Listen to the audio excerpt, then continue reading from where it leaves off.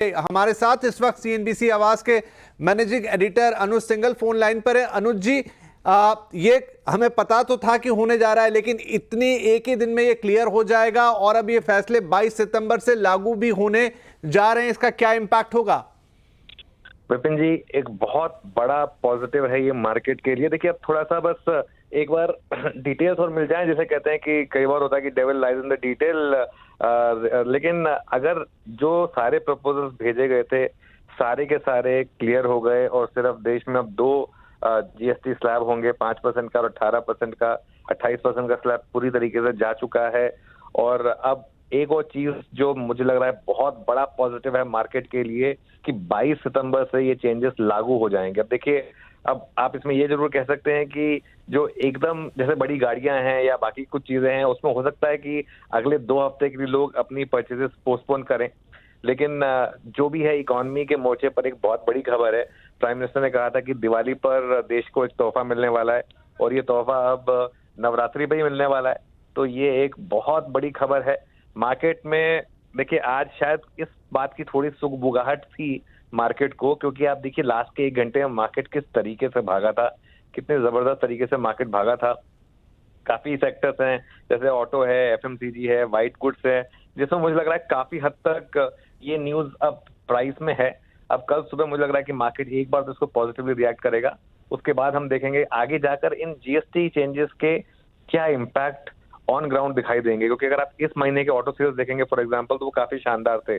अब GST cut के बाद क्या उस पर और थोड़ा सा फिलिप मिलेगी उसे, आई थिंक ये देखना होगा। और आई थिंक सबसे इंपॉर्टेंट चीज ये है कि देखिए, दूसरे दिन की मीटिंग की जरूरत ही नहीं है, आज ही सब कुछ हो गया। अब कुछ देर में शायद प्रेस कॉन्फ्रेंस भी होगी, आज ही सब कुछ हो गया, आज ही सब कुछ क्लियर हो गया, सब रेवेन्यू लॉस वगैरह सब पर बात हो गई।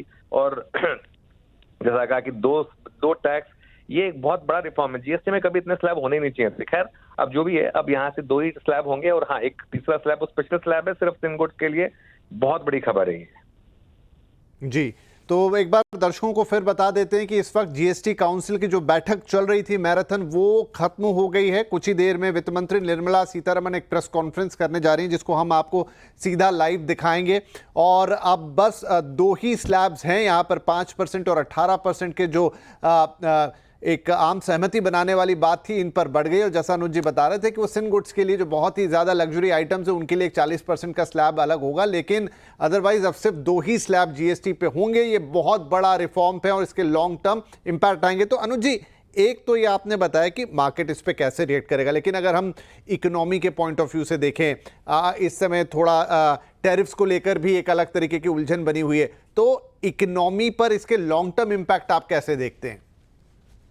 देखिए विपिन जी, ऑब्वियसली कुछ समय में शुरू में एक रेवेन्यू लॉस होगा, इसमें कोई डाउट नहीं है। लेकिन मेरा ये मानना है, स्पेशली भारत जैसे देश में, अगर आप टैक्स का बर्डन कम करेंगे तो उसका जो एक इम्पैक्ट होगा ना, एक तो कंप्लायंस बेटर होगी और दूसरा लोग कंजम्पशन करेंगे।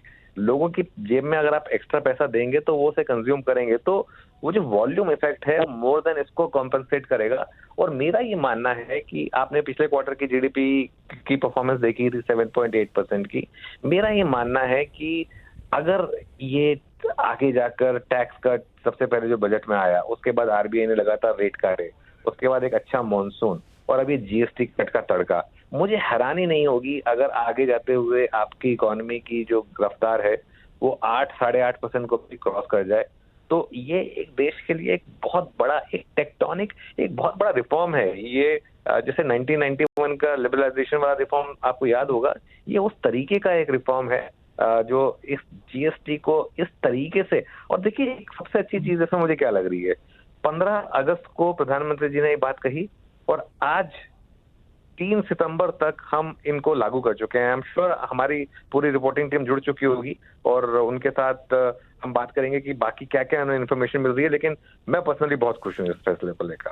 राइट। एक और सवाल, जब हम बाकी लोगों से बात करें उससे पहले, कि जैसे ये फैसले 22 सितंबर से ही लागू होने जा रहे हैं, अब हमारा जो ये अब मान ले 3rd क्वार्टर और ये पूरा फेस्टिविटी वाला वक्त होता है।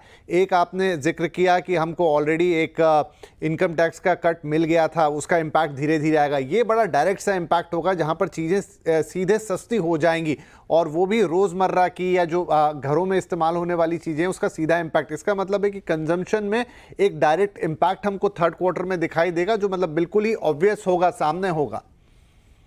विपिन जी, मेरा ये मानना है कि कंजम्पशन यहाँ से एक बहुत बड़ी रैली में पार्टिसिपेट करने वाला है।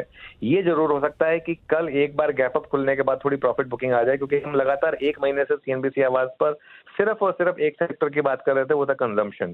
चाहे ऑटो हो, एफएमसीजी हो, रिटेल हो, होटल्स हो, लगातार इस चैनल पर ये व्यू लिया गया था कि आप सिर्फ और सिर्फ कंजम्पशन में रहिए।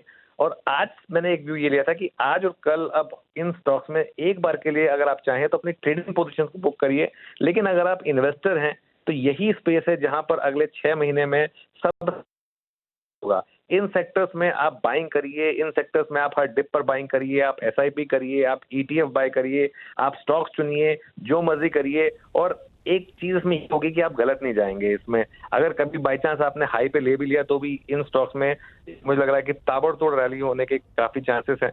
तो ये पॉकेट पर मैं अभी भी काफी पॉजिटिव हूँ। जी, ठीक है।